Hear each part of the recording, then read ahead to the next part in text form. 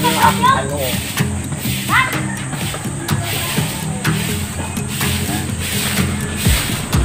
Atas ito, atas.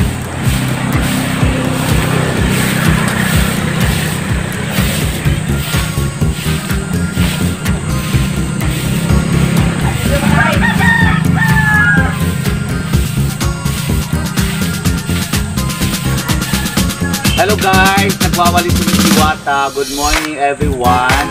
Magalang shoutout sa lahat ng mga subscriber ko. Siyempre lilinisin natin ang ating kapaligiran. Tatanggalin natin ang mga damo-damo, mga dumi sa lupa. Ayan, magalang shoutout. Love you, mwah-mwah, chup-chup.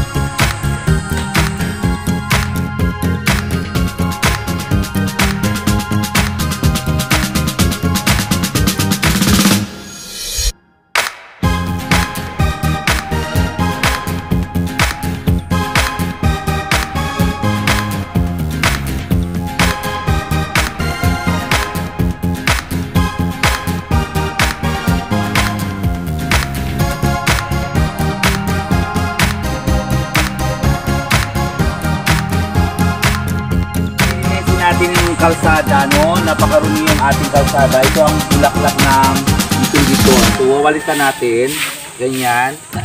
Lahat dito guys sa mga kalsada ay nililinis. Siyempre, kailangan nating malinis para matuwa si Miss Diwata sa kanyang kaharian.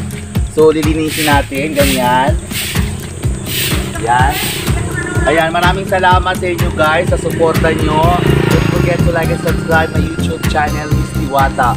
Siyempre itong gawain ni Miss Diwata at that time dito, no? Luwawalasan natin ang mga kalsada para mas magandang tingnan. Ayan. Ganito guys, ilalagay dito sa isang tabi para kung halimbawa matuyo na ang kanyang mga dahon, pwede mo lang sigaan, no? So maraming salamat. Don't forget to like and subscribe my YouTube channel, Miss Diwata. At maraming salamat sa mga lahat ng mga subscriber ko, Luzon, Visayas at Mindanao at sa buong mundo. Good morning everyone. Migalab shoutout. Love you. Mwah mwah. Chup chup. Mwah. Ayan guys, maglilinis ulit ako dito sa kabilang part ng kalsada. Siyempre kailangan linisin natin ito. Dala-dala ni Miss Diwata ang walis ting-ting. So walis ting-ting ito ay gawa sa dahon ng niyog. Siyempre kailangan nating creative, no, kung paano natin linisin ang ating kapaligiran. So magagalit si Miss Diwata sa kaharian ng mundo ng mga tao pag hindi siya maglilinis. So tatry din natin linisin ang ating kapaligiran. Ayan dito, kailangan pumunta ka dito sa mga damo-damuhan. Tanggalin mo to ang mga dahon. Ganito, ganyan. At syempre kailangan nakahiga ka, ganyan. So kailangan mo talagang magpaano, relax. Syempre nakakapagod din kaya maglinis ng ng paligid. So kailangan nating linisin. Syempre pahinga muna sa dahon ng niyog. Abangan nyo guys kung paano ko rin gagawin ulit yung dahon ng niyog na tuyo. So gawin ko siyang damit. Siyempre kailangan din maging creative tayo sa ating mga ginagawa. Ayan, maraming salamat. God bless you. Mwah mwah. May nakita ko ditong bika. Ang tinatawag dito ay bika sa amin, no? So kinakain po ito ang kanyang mga tangkay. Pero pwede mo rin kainin yung kanyang dahon. Yung kainin mo, tatry natin. Yan, ito yung bika na tinatawag. Ganyan. Ganito. Ang lasa niya guys ay maalat-alat o maasim-asim. Ganito ang gagawin mo. Patayin mo. Ganyan. Tapos ito guys may mahaba. Yan. Bika ang tawag dito guys sa amin. Maliliit pa lang kami ito ng kinakain namin. Yan. Tatry natin painin. Ganyan. Sarap. Yan. Ganyan lang guys. Wala na kayong pagkain. Kumain kayo ng mga dahon ng halaman. Siyempre, gamot pa ito sa ating health. No? Kaya nga, marunong ka mamuhay sa probinsya kasi mahirap ang buhay dito. Ay guys, may naman pa po pala itong na to, yung hindi na tinatawag. So tatry din natin kainin yung kanyang laman. Siyempre nakita ko, nabunot ko. Ganyan. Parang siyang kamuti guys. Ang sarap.